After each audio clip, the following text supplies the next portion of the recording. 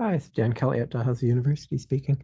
I'm going to show you how kind of a working procedure that I use quite a lot when I'm looking at a new set of data.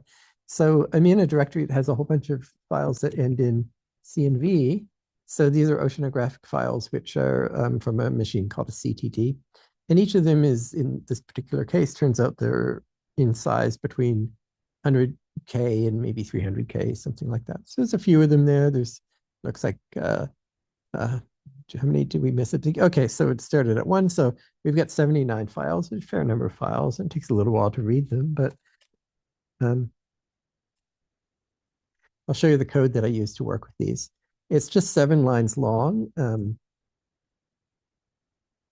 By the way, I'm in the NeoVim editor, and I'm using the Ghosty terminal application. The Ghosty terminal application is doing what's called ligatures. When I type less than minus, which is how you do assignment C&R, it if I've got my cursor on it, I see that. If my cursor is not on it, it changes into an arrow. That's called a ligature. It's combining two characters. The same thing down here. That's a vertical line and then a greater than symbol. And that changes into a little triangle. And I'll explain that in just a minute. Okay, so I just want to work through these lines, 6 lines. It's not very much. What I'm going to be doing in summary is I'm going to find all the files that end in C and V, and then I'm going to read them all, and then I'm going to plot them all, and I'm going to be plotting them into files which are named CTDS underline 000 and 001 and et cetera. So I'll show you how this works. So first is I'll be reading and plotting with the OCE package. So you've got to do library for that. And if you don't have it installed, you just install it this way. That will install it. What line 2 does is it says, okay, looking in the present directory, which is where I've got these files, I want you to find all the files that end in, star means any character, find all the files that end in .cnv, that will be the CNV files, the CTD files.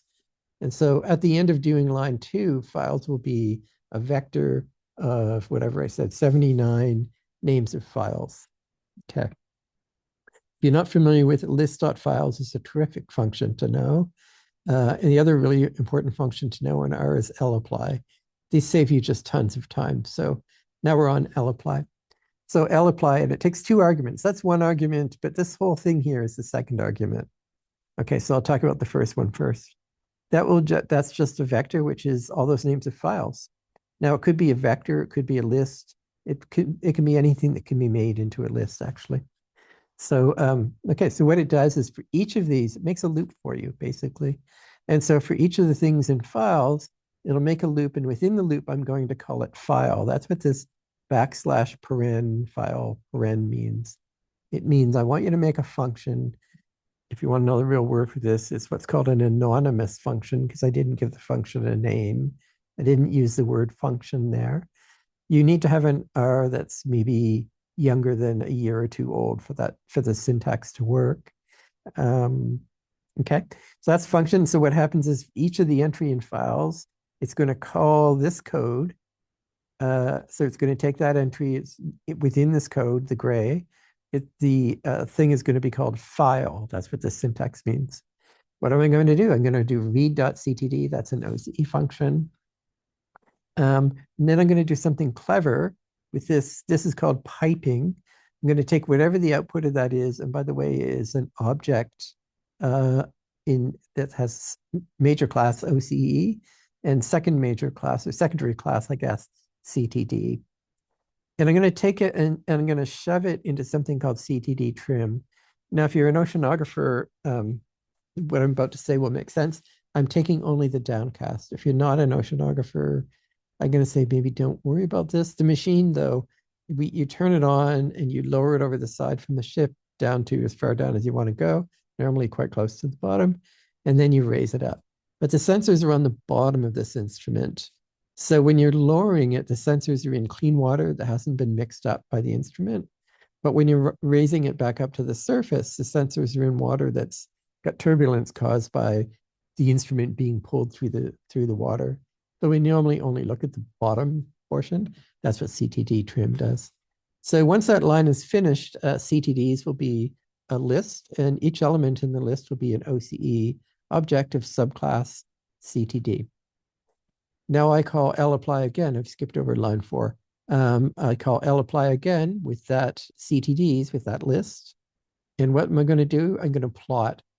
Now, R is clever, and because the elements, the first one is, and the second and third, each of those elements is an OCE object of subclass CTD, and plot will recognize that. R will, it's called dispatch. It will dispatch to some specialized code that will make a specialized plot. Now, that's going to happen for all of these ones, and it's going to make a whole bunch of plots, and I don't want to see all those plots like interactively. I want to shove them into some PNG files. And so this is a clever scheme. And what this says is the file names will be ctds underline 000.png, 001.png, 002.png, etc. And this just says I'm going to give a width and a height. I'll make it 7 and 7 in units of inches, and I want 300 dots per inch. And okay, so we've got 79 files. We're going to get 79 PNGs. And this says we'll quit doing that. Now I'm going to show you the PNGs. So there's a whole bunch of them here. I'm scrolling on the left. You can see them. There's something wrong with this first one. See how it's very smooth, and it's also, if you're an oceanographer, you already see what's wrong with it. I think I'll just say that it's wrong.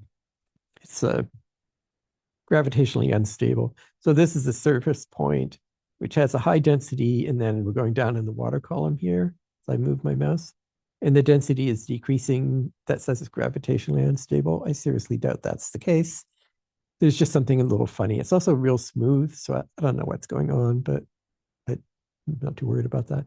I could look, there's probably a data quality flag in there, but I'll go to the next one because it's just basically better data.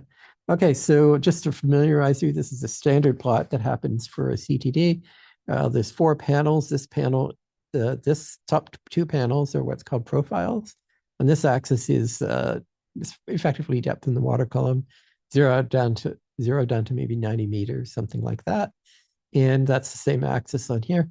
And then there's 2 axes for each of these. One, this color, which I'll call red, is the temperature. It's so-called conservative temperature. And this one color, which I'll call green, is the salinity. So you see from this that the surface is somewhat warm and somewhat fresh. And then as you go down in the water column, it gets saltier and also gets colder, down to even 2 degrees. And let's see. So this one here, the blue color, which I'm tracing, is the density, and the other color is what's called Brunt-Weissel frequency, squared, n squared.